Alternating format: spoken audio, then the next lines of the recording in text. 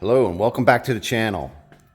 Today we're going to be working on my wife's 2019 Grand Cherokee Trailhawk with the 5.7 Hemi, and we are going to be doing a transmission service.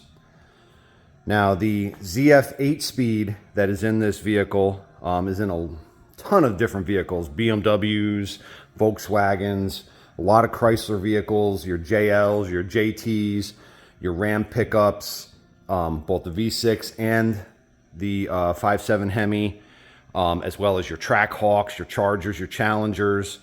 You're talking your 8 HP 40s, 45s with your V6s, your 8 HP 70s and 75s with your 5.7 Hemis, and 6.4 Hemis. And then, well, I believe the 6.4 you start getting up into the 90 and the 95s with your Scat Packs and your Hellcats and that. But the service procedure is the same.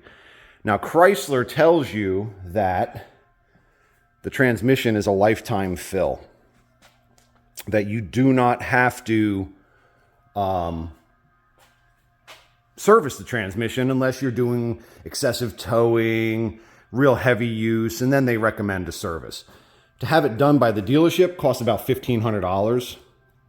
So pretty much, in my mind, Chrysler figures that putting a new transmission in is part of your normal servicing. You can, if you go to the ZF website, the company that actually makes the transmission, they actually recommend that their transmissions are serviced approximately every 60,000 miles. I've seen ranges from 60 to 80,000 miles. I currently have almost 63,000 on the Grand Cherokee, so we're going to go ahead and service this. Now, for most of your ZF 8 speeds, that kit is going to include a whole new transmission pan because the filter is actually integrated into the pan. There are a few exceptions to this. The Gladiator is the one that I'm aware of, where the transmission pan is actually metal and the filter is separate, so you can just get the filter for that and replace the filter. To go to the dealership, just to give you an idea, I went to my local dealership to get the transmission oil, the pan, the bolts, fill plug, almost $800 just for the parts. So I wasn't going to order it from the dealership. So found a company online, Blau Parts. This kit was $270. Pan, filter, all new bolts for the pan, a new fill plug.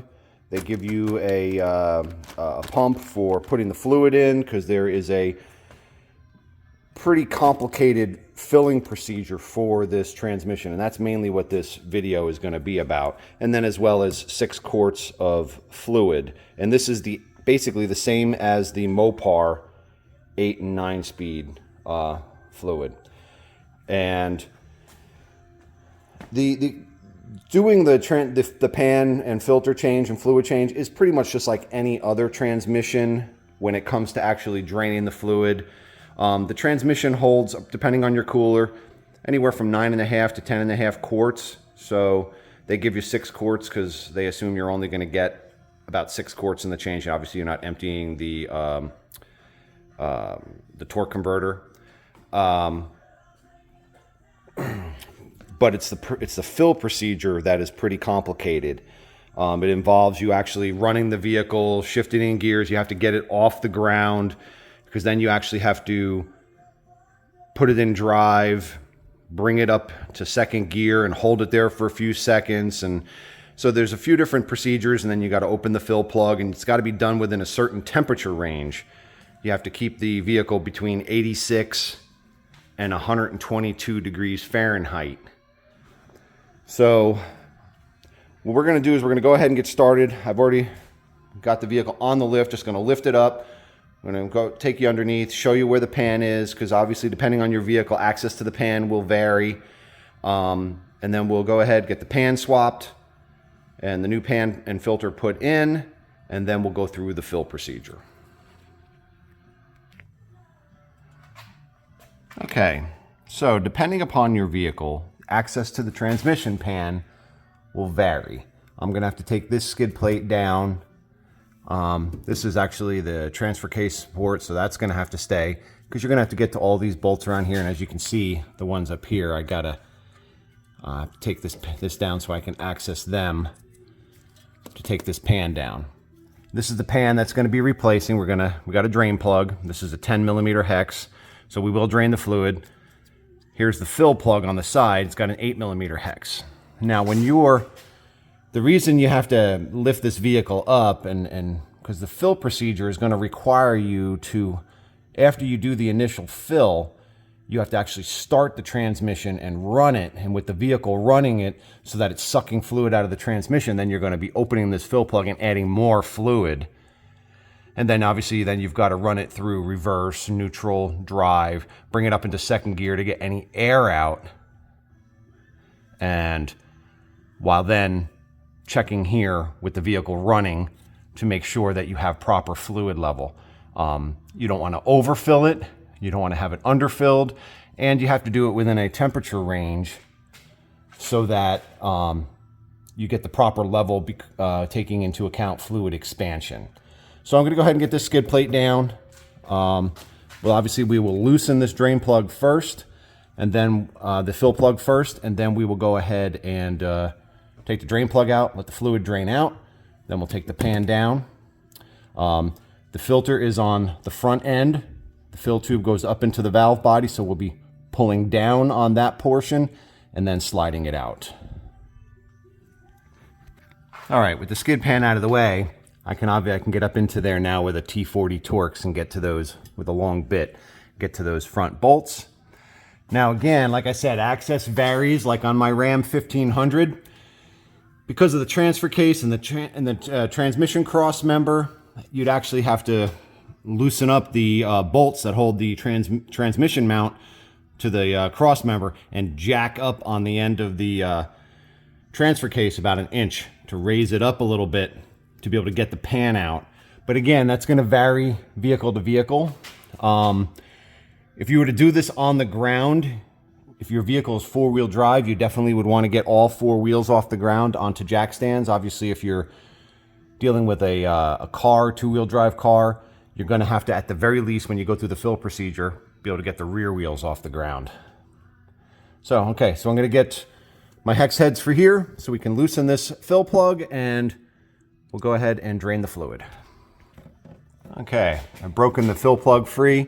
Got the drain plug starting to drip. So we're going to go ahead and pull that plug out and drain that fluid.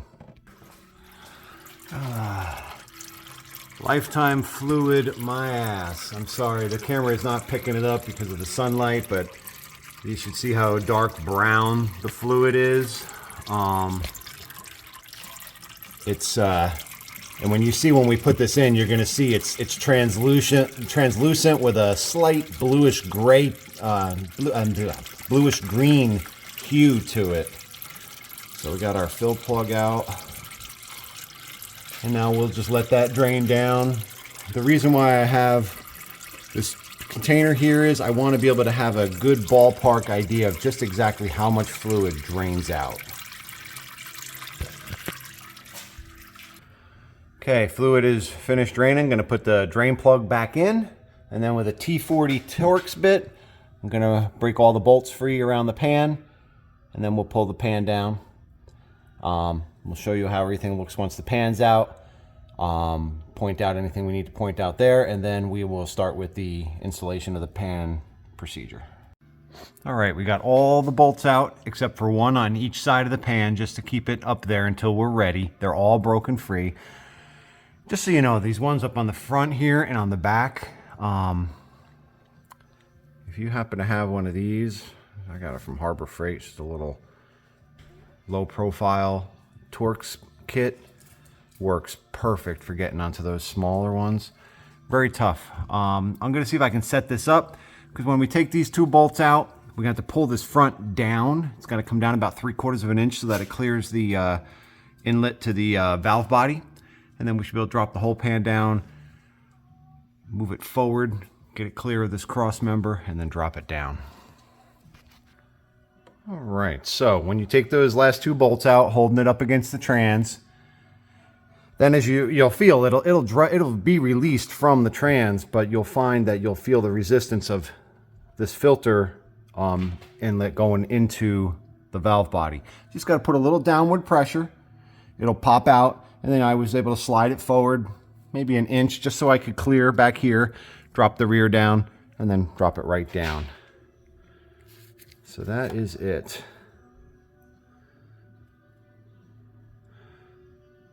And so what we're going to do is we're going to just clean up the mating surface there on the bottom of the trans. Just wipe that nice and clean. And then we're going to go prep our new pan to install. That's just going to require just making sure that the drain plug is torqued correctly to the proper torque. Make sure that we put some fresh fluid on the O-ring on the filter inlet into the valve body. And then I'll probably just wipe a little bit of fluid just onto the gasket, just so as you push it up, that the gasket that's embedded in the pan can move around as needed. All right, so we're going to go ahead and get ready for that.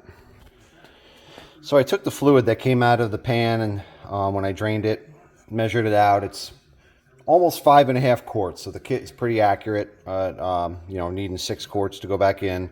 But I wanted to show you here on the right we have the fluid that came out of the trans, and on the left here you can see the new clean fluid. It's got that bluish green hinge hue to it. This, like I said, is only about 63,000 miles. So I don't think Chrysler's claim that their lifetime fill is really something that everybody should be doing. I really think that this is definitely a worthwhile service for people to do. Okay, here's our new pan and the old one. As you can see, they are identical.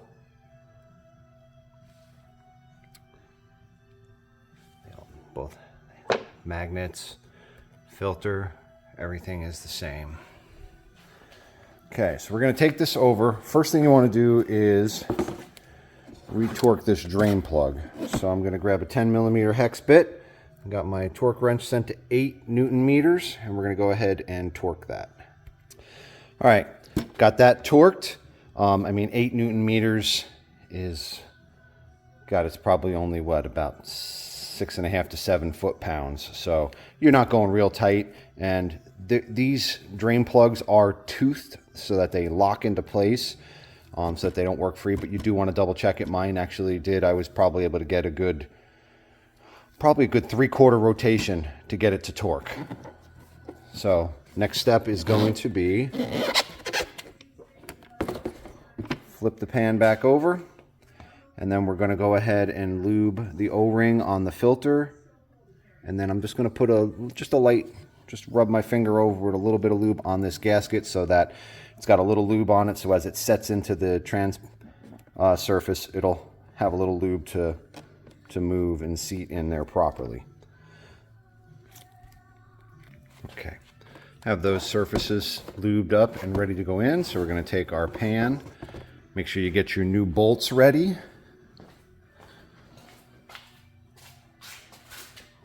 We'll put this up into place. Just got to remember that you got to line up the input of the filter with the valve body, push it up into it, and then you'll be able to go ahead and bolt it in. Okay, pan is back in. So we're going to go ahead now and slowly start in a crisscross pattern, starting on these middle ones, snugging them up and drawing the pan up to the bottom of the transmission. I got they're all new bolts. They're identical to the original factory bolts. Okay, and then we have a new drain plug as well, which is over on the bench. So we're going to go ahead and start snugging them up. There is a torquing sequence. There's a pattern.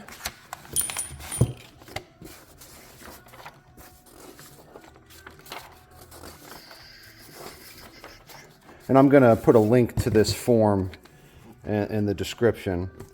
But we do have a torquing pattern.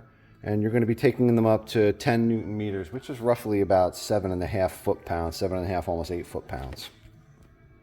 Okay, pan is completely in, and everything is torqued. All right, so everything should be sealed up to there. Now the next step is actually the most important part, is the fill procedure. As you can see, we have our fill hole right there. And so we're gonna go ahead and I'm gonna get set up to start pumping it in. Bottom line, we start off with just filling as much fluid into the transmission as it'll take the way it sits. Then you put the fill plug back in, and then we got to start the motor, lift the truck back up, come down, open up the fill plug, add some more till it starts to come out, and then close it up. And then there's a procedure to burp the air out, any air out of the valve body, and we'll go through with that. And then the important thing is it's got to be done, the final check, once you get through burping out all the air, to see if you need to add more fluid or if you have to drain off fluid, has to be done between 86 and 122 degrees Fahrenheit so that you get proper fill level based on expansion. Okay, so I'm starting to add the fluid in. The vehicle is off. This is the initial fill. I would assume that we will probably be able to get maybe 2.5, hopefully 3 quarts in before it starts to flow out, and then we'll put the plug right back in. And then we'll have to start it, and then while it's running, add more fluid. Okay, got exactly 3 quarts in, and right at the end of that 3rd quart, started to pour out. Put the drain plug in. I didn't bother waiting for it to start to come to a trickle, because bottom line, any excess that went in on that initial fill, when I start it up, it's going to get pulled up into the transmission anyway. So I have a new quart already. Now what I need to do is lower the Jeep down, start it up, raise it back up, and then we'll open that drain plug up again and add in additional fluid. I've only gotten 3 in. Technically, I need to get, was just around 5.5, just under 5.5. So I should be able to get another 2.5 quarts in there.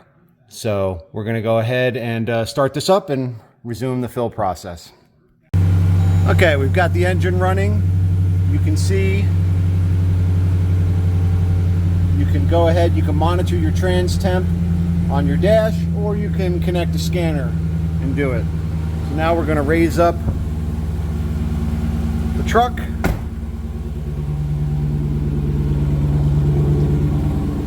And we'll reopen that fill plug.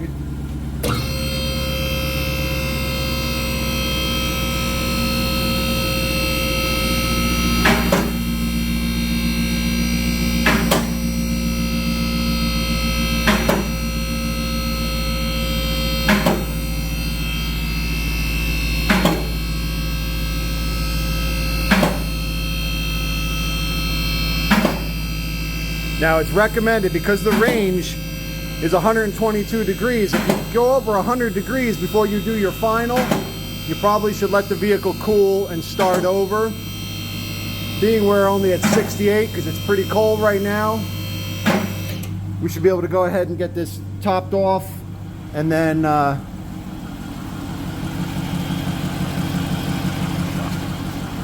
a little higher.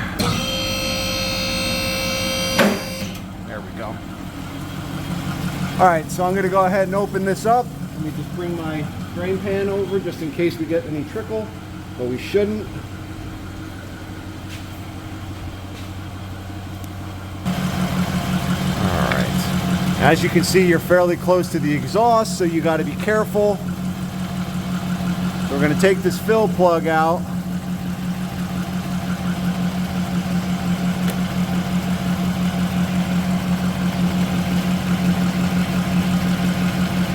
And as you can see, there's no fluid coming out. So now we're going to go ahead and add more fluid until it starts to come out, and then we'll put the fill plug back in. All right, I got about 4 3/4 quarts in before it started to come out. Got the plug back in. Now we're going to lower the Jeep down and I will go inside and show you what the procedure is to burp the air out. We'll then check our temperature range, and once we burp all the air out and as long as we're in the correct temperature range, then we can lift it back up, open the drain plug again, release any excess fluid from expansion, or if there was a lot of air in there, we'll have to add some until it starts to flow out. Okay, I brought the vehicle down. Tires are still off the ground because remember, we have to put it in drive and get the transmission up into second gear.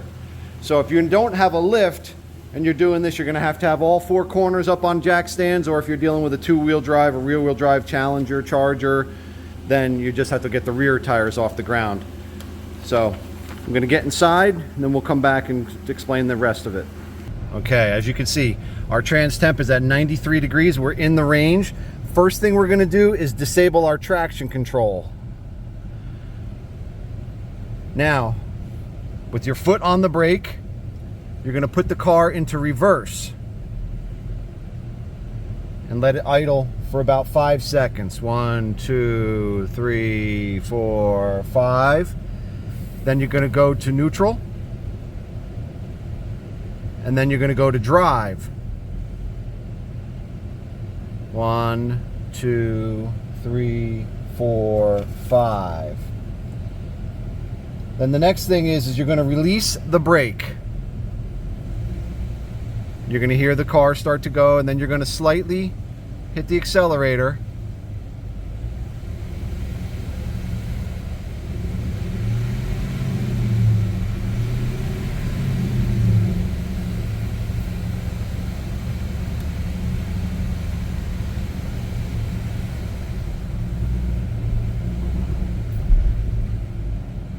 Okay.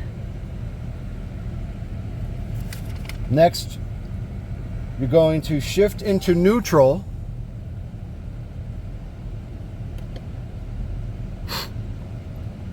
And you can let off the brake. And then you're going to bring the engine RPM up to about 2,000 RPMs.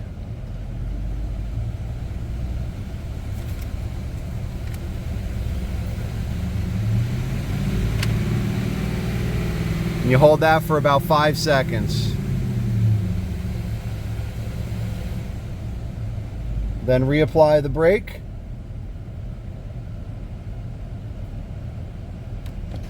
And put it into park. Now that should remove any of the air from the valve body. The next is to next thing to do is to prep to check and confirm proper fill level. As you can see, we're still within the 122 range, so now we're going to get out of the vehicle. We're going to raise it back up, and with the vehicle still running, we are going to go ahead and open the fill plug and see if we have to add more fluid or if we have to drain off excess fluid. All right, so opened up the fill plug, had a little bit of fluid coming out, let the excess run out into the drain pan, and closed it back up.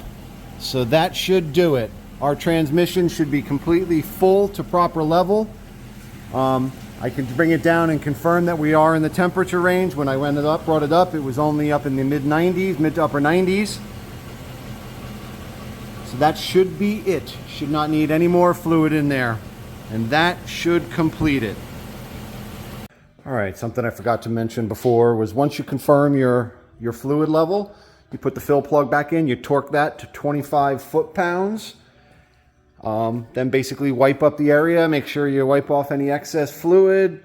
Fortunately, on mine, the exhaust didn't get any fluid on it. If you had like a Ram 1500 where the crossover actually goes under the trans pan and actually lines up right under the fill plug, you'd have to let it cool, clean the exhaust off good.